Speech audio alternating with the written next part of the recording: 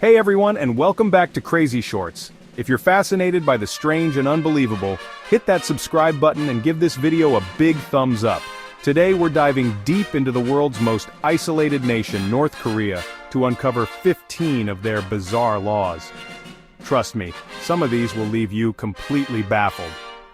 We often hear about North Korea in the news, but it's easy to feel disconnected from the reality of life there. Let's get started. Imagine a world where you couldn't pick up the phone and call your friend in another country. That's the reality for North Koreans. Making unauthorized international calls is considered a serious crime against the state, and the consequences can be dire. People caught making these calls face severe punishments, including imprisonment, hard labor, or even worse. This isolation is a key tool used to maintain their power and control the narrative within the country. It begs the question, what are they so afraid of people hearing? We often take the internet for granted, using it to connect with friends, consume information, and even just watch cat videos. But for most North Koreans, the internet is simply not a part of their reality. Access is heavily restricted, with only a select few, mostly high-ranking government officials and researchers, allowed anywhere near the global web. Ordinary citizens are instead limited to a heavily censored intranet, offering a highly controlled version of reality. By controlling the flow of information, they can shape the perceptions and beliefs of their citizens, limiting exposure to alternative viewpoints or critical thinking. The freedom to travel is something many of us cherish, whether it's a road trip to a neighboring state or a flight across the ocean. But for North Koreans, even traveling within their own country requires permission from the authorities. Citizens need special permits to move between provinces, let alone travel abroad. These permits are often difficult to obtain, especially for those deemed disloyal or critical of the regime. It also prevents citizens from experiencing life outside North Korea's carefully constructed bubble, ensuring they remain isolated from the rest of the world. Chapter 4. Religious freedom? Not a chance. The freedom to practice one's religion is a fundamental human right, but in North Korea it's a right that's routinely denied. The government heavily restricts religious practice, viewing it as a threat to their authority. While there are officially recognized state-sanctioned religious institutions, these primarily serve as propaganda tools. Those caught practicing religion outside these tightly controlled environments face severe consequences, including imprisonment, torture, and even execution. This suppression of religious freedom is part of a larger effort to control all aspects of North Korean life, ensuring that loyalty to the state remains paramount. Chapter 5. Independent media? Never heard of it. Imagine turning on your TV and finding only praise for the government. That's North Korea, where media is state-controlled. No independent journalism, just propaganda.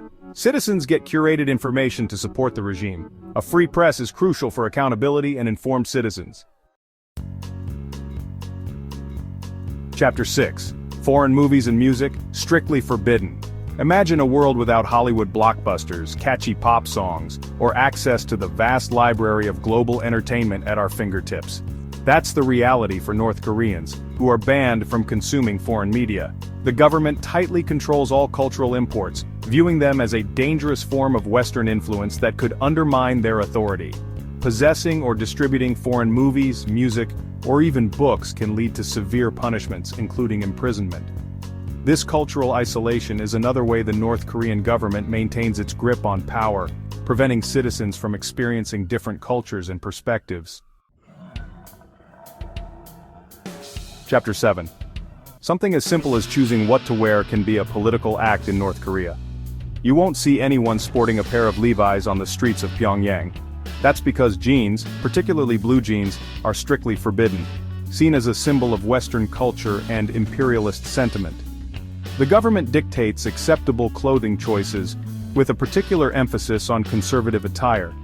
This level of control over something as personal as clothing highlights the extent to which the North Korean government seeks to regulate every aspect of its citizens' lives, even their appearance.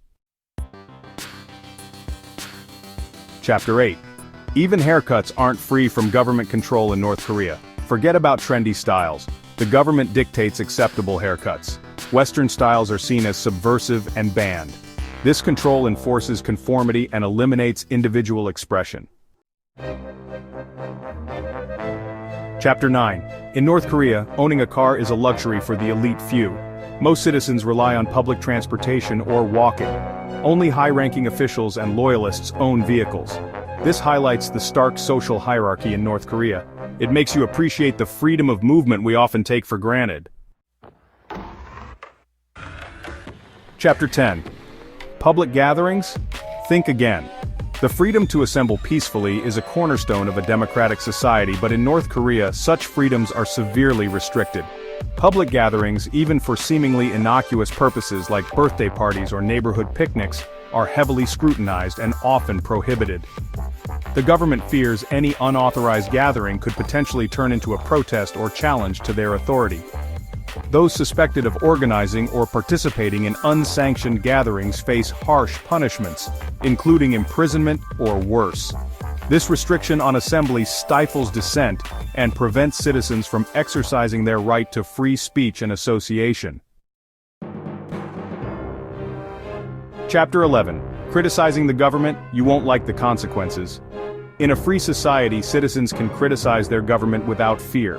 In North Korea, dissent is met with severe punishment. The government controls all expression, deeming any challenge a threat. Critics face imprisonment, torture, and even execution. This creates a climate of fear and self-censorship. Chapter 12. Freedom of speech? What's that? The very notion of freedom of speech, a fundamental human right cherished in many parts of the world, is virtually non-existent in North Korea. The government maintains absolute control over all forms of expression, from the news media to everyday conversations. Citizens are expected to adhere to the strict guidelines of acceptable speech, praising the regime and refraining from any form of criticism or dissent. Even private conversations are subject to monitoring, with a vast network of informants reporting any perceived disloyalty to the authorities.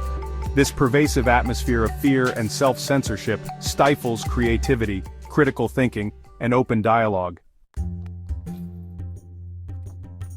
Chapter 13. For most of us, the idea of hopping on a plane and experiencing a different culture is an exciting prospect. But for North Korean citizens, traveling abroad is an almost impossible dream. The government severely restricts foreign travel, viewing it as a potential threat to their control. Obtaining a passport requires navigating a labyrinthine bureaucratic process, with approvals granted only to a select few, usually those on official government business or athletes competing in international events.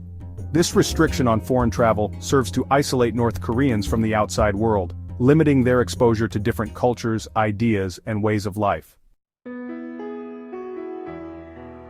Chapter 14. The entrepreneurial spirit that drives innovation and economic growth in many parts of the world is stifled in North Korea, where private businesses are strictly prohibited.